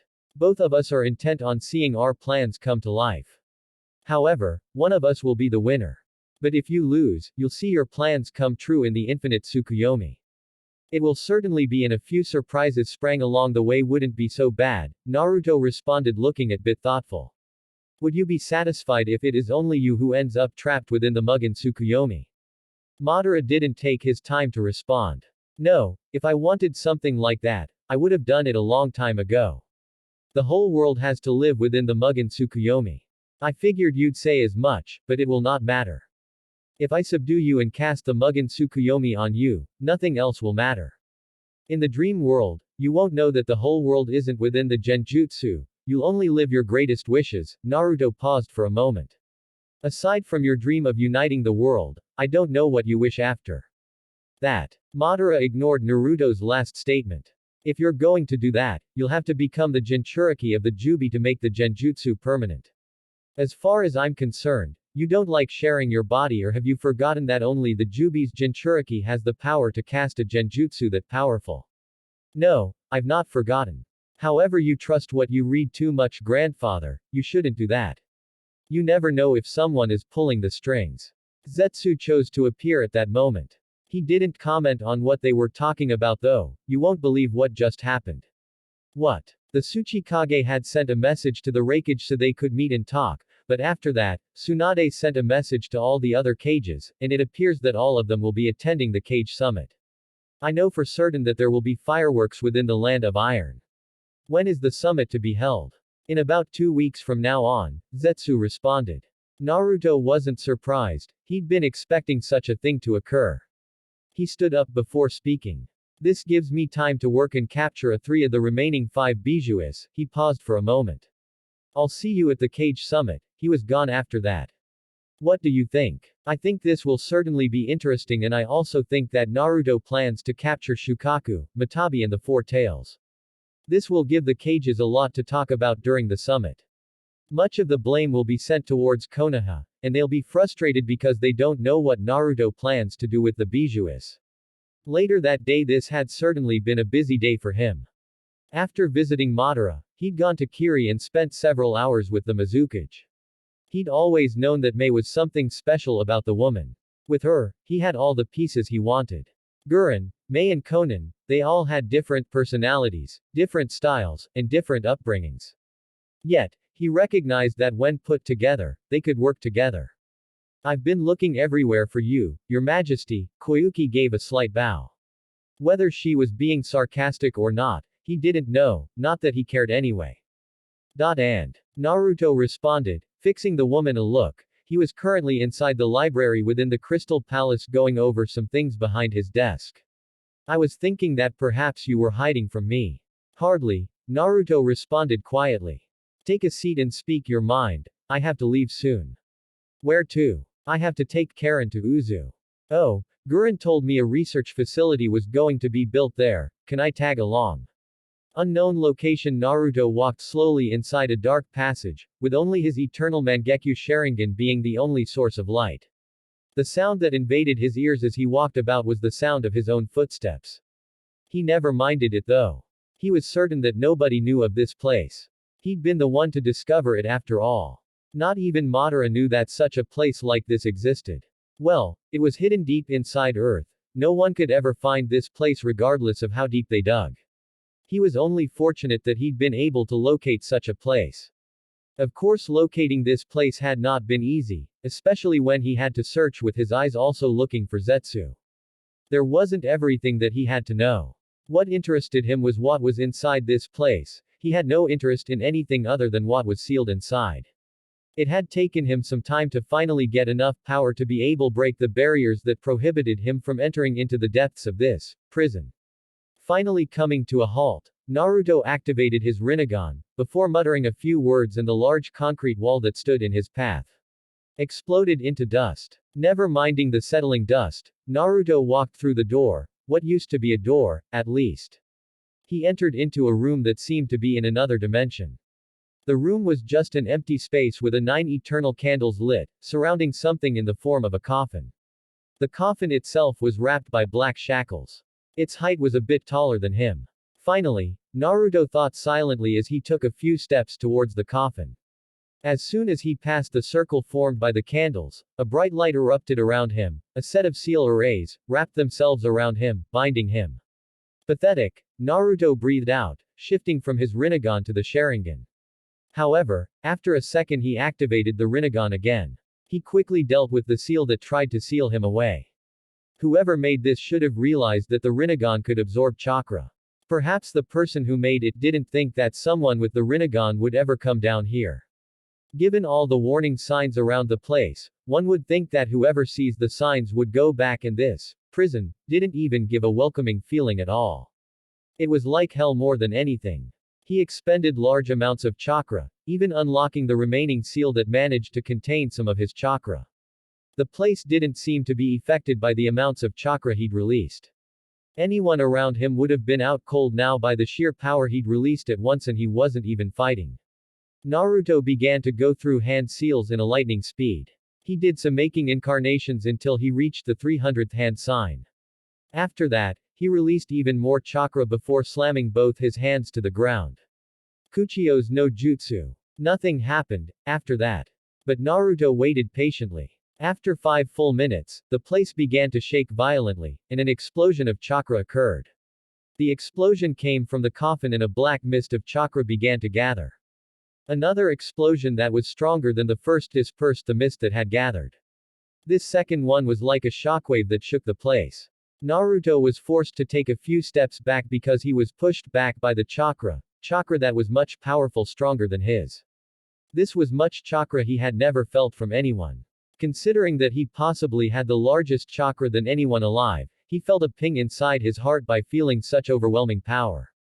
It was by no means fear. No, it was a ping of sheer excitement. When the chakra died down, the shackles binding the coffin broke into pieces. The coffin opened, and Naruto smiled when he saw just the woman he was looking for. But the smile disappeared when he felt something behind him. He was quick to disappear to avoid being hit by whatever that nearly hit him. Zetsu, what are you doing here? Naruto questioned after dodging the projectile that nearly pierced him. He was looking straight at Zetsu with an unreadable look on his face. He was certainly surprised to see Zetsu here, no rather, Black Zetsu. Ah, I missed. But I should have expected that. No one can catch Uchiha Naruto from behind. He didn't sound very disappointed that he'd missed his chance to get the blonde. He knew for certain that a sneak attack was the best option to deal with Naruto for someone like him. However, it didn't matter anyway. Zetsu, what are you doing here? Naruto repeated, everything the same. I never told you, Zetsu mused, absent-mindedly. I knew of this place, long before you were even born. But I could never break the seal, not without the Rinnegan and the power as you have. I was the one who led you here. Of course I had to make things appear like it was your own doing because you're just like Madara, you're not easy to trick. You know very well that things don't just fall into place. Are you saying that you manipulated me into coming here? For what purpose? What do you have to do with that woman?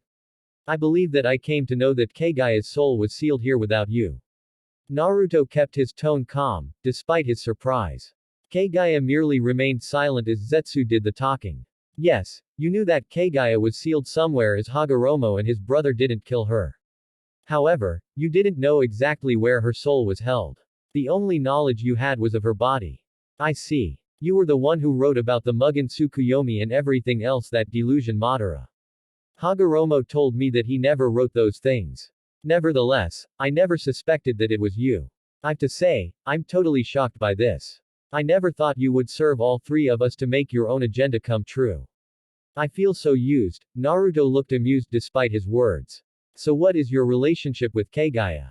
She is my mother, Black Zetsu responded calmly, grinning sickly. While Naruto didn't show it, he knew that the blonde was indeed shocked as he said. I'll probably be laughing at Madara's expression when I tell him of this. He called you his will, and to think that his will was using him is amusing. I've to say, you are patient. The amused look never left his face as he spoke. Patience is virtue. It wasn't everyone who could unseal Mother. Originally I had planned to use Madara to summon her back to the living world. But you've done it in another way. I've no complaints though, this has just saved me the trouble doing it myself, Zetsu explained lightly. I am still shocked that you've been trying to get Kagaya back to life. I do know that the Mugen Tsukuyomi is real, Kagaya used it once before. This is what resulted in those white Zetsus, no. So the path to Mugen Tsukuyomi was one you set up for Madara so that he could prepare everything for the revival of Kagaya. You didn't bother with Obito because he couldn't. You chose Madara and I because we could do it, right? How do you know that the white Zetsus are a result of Mother's use of the Mugen Tsukuyomi? Not even Madara knows that. Black Zetsu sounded curious more than anything. I entered your head and read it through your mind. It was all blurry, hence I was only able to get this little out of your head. Until now, I believed that Madara knew what happened to those whose chakra is drained by the holly tree, but it appears that I was wrong. Naruto paused for a moment. I thought you were my friend. That was something that Zetsu wasn't expecting from Naruto, but then he realized the blonde was just not entirely being serious. Well, I was truthful to you and took care of your things. That you did. Naruto then looked at Kagaya. Hello Kagaya, I've to say, I am curious to why Zetsu would want you in this world. I have my own reasons, but I wonder what Zetsu's reasons are. Well, it doesn't matter anyway, I'll find out sooner. Who are you? How were you able to unseal me? Naruto merely smiled as he walked closer to her. I have my methods. While at some level Zetsu has happened to get the better of me, I'm still Uchiha Naruto, and I simply bow to no men. That said, whether it was your son's intention for me to find you, I'll still carry out my goal. Do you think you can defeat my mother? Zetsu questioned as he attached himself to Kagaya. I don't believe that you are that arrogant. I cannot defeat her. Kagaya is much stronger than I am. It is even embarrassing to admit it, Naruto chuckled, a bit bitterly. This is just the truth, she is far stronger than I am. I'm not even in the same level as Hagoromo, how could I even think that I can defeat her? Then what is your goal for unsealing Mother? I'm curious, I was never able to get that little detail out of your head. I want her power and mind. What? It was Kagaya who questioned. My Rinnegan has an ability that allows me to manipulate time and space. I can freeze time for a few seconds. However, it does cost me a little. Each Mangekyo Sharingan births a special ability depending on the desire of the wielder. My desire for great power has given birth to an ability that allows me to consume anything biological. You could say that I can erase anything biological and rewrite it into my being. In simple words, I can and will absorb you. When I do that, you will be fused with me, but because it is I who consumed you, I'll become the base and still be me.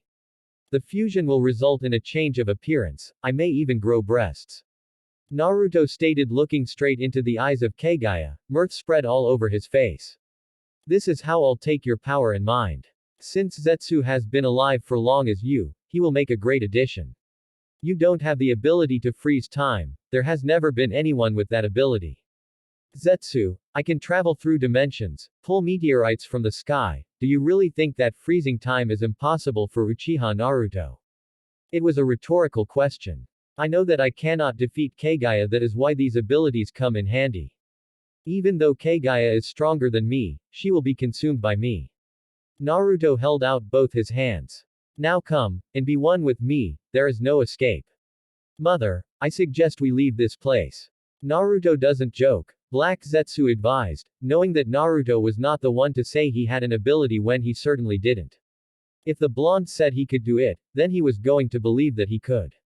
It would be a bother since Kagaya had yet to regain most of her powers. Kagaya snapped her fingers, opening a portal. She was going to leave this prison. She had just been unsealed, she wasn't looking forward to go through something troubling.